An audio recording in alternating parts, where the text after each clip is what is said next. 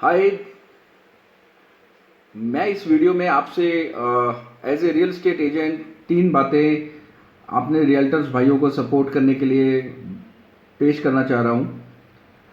सबसे सबसे बड़ी बात आज की डेट में जो हम सब फील कर रहे हैं वो ये है कि सभी क्लाइंट्स जिनको भी आप कॉल कर रहे हैं, almost I don't know many people have come across, मैंने सबसे बात की है और सभी से यही फील हो रहा है कि क्लाइंट्स डील जो मांग रहे हैं वो मांग रहे हैं डिस्ट्रेस डील, कि टूटी हुई डील चाहिए उनको, उनको रेट्स कम चाहिए and they are looking at the investment side not as a end user. Second thing जो प्रॉब्लम हम लोग को आ रही है, client visits are really less, people are actually having a fear in mind and they don't want to come out of the place. Third is they most are looking for the ready to move in propositions. They are not believing that upcoming projects are much more beneficial for coming days. अब जो पहली बात है, सबसे पहली बात कि client distress cell मांग रहे हैं, मुझे इसमें एक चीज जो निकल के आ रही है वो ये निकल के आ रही है कि client is looking for the opportunity. ये तो पक्की बात है, वो अपॉर्चुनिटिस्ट है, but as a real estate professional मुझे लगता है कि हम सिर्फ एक डील दिलवाने में ही मदद नहीं करते, हम उसकी लॉन्ग लाइफ मेंटल पीस जो है, peace of mind in future, हम उसके लिए भी काम करते हैं।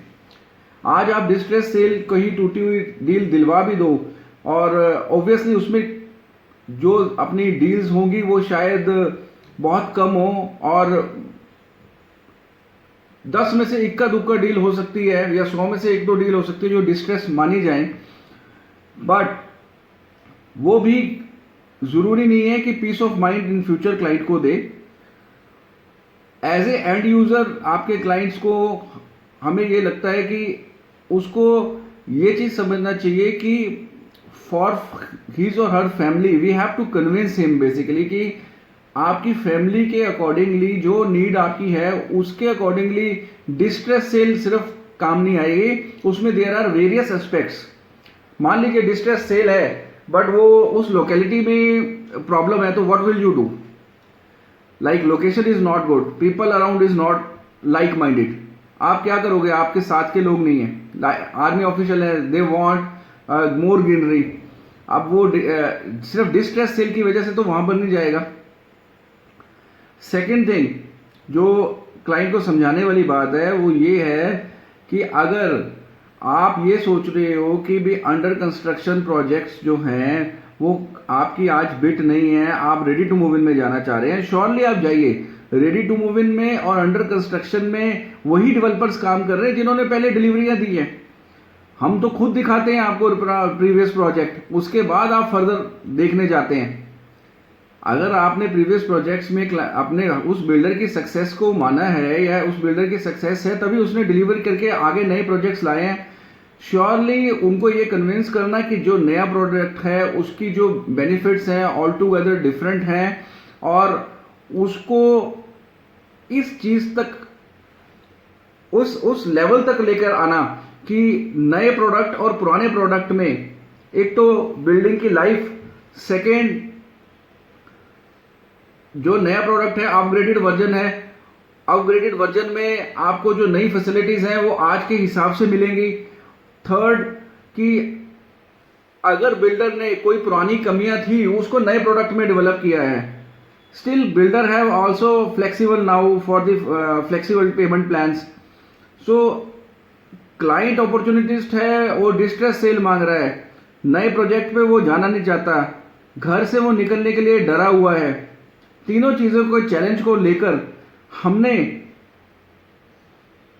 कन्वर्जेंस करनी है और रेवेन्यू जनरेट करने है और मार्केट में सस्टेन करना है। My dear friends, 3 things which you need to follow. एक तो आप डिजिटल प्लेटफॉर्म पे प्लीज जितनी जल्दी आप आ सकते हो उस पे आओ और उस डिजिटल प्लेटफॉर्म को आप यूज करो। मेरे मतलब like many people have transform their business on a digital platform, उसको आप यूज करो। And if client is unable to come, kindly ask him to come on Zoom call. आप उसको अप्लाई करके देखो, you will find good results. At least interaction client के साथ ज़्यादा होगा, क्योंकि जब आप फेशियल एक्सप्रेशन देखते हो तो उसकी बॉडी लैंग्वेज समझ आती है।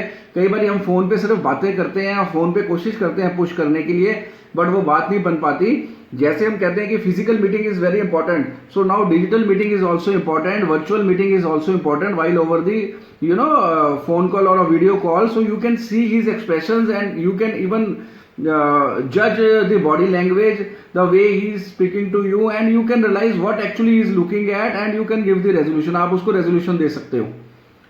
Second thing, when he is talking about the distress sale, kindly show him the distress sale options. Please show him and then tell him the benefits and the basic problems which he will be facing later on after having that distress sale.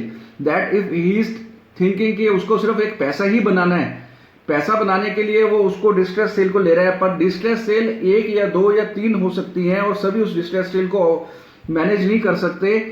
और विज़ाविस जो दूसरा project जिसकी हम बात कर रहे हैं under construction या बिल्डर्स प्रॉपर्टी की, जो लोकेशन से भी मैटर करती है, कंस्ट्रक्शन से भी मैटर करती है और कॉस्टिंग से भी मैटर करती है, वो तीनों चीज़ों का कम्बिनेशन उसको बताएं ताकि हम उसका माइंड को थोड़ा सा डाइवर्जन पे लेके आ सकें। थर्ड थिंग जो हम बात कर रहे हैं कि अब घर से निकलना जो बहुत ज़्यादा परेशानी का कारण बन गया है। मोस्टली लोग आ भी रहे हो तो जेन्युइन बायर ही रहे हैं, ये तो बात सब निकल के आई है बाहर।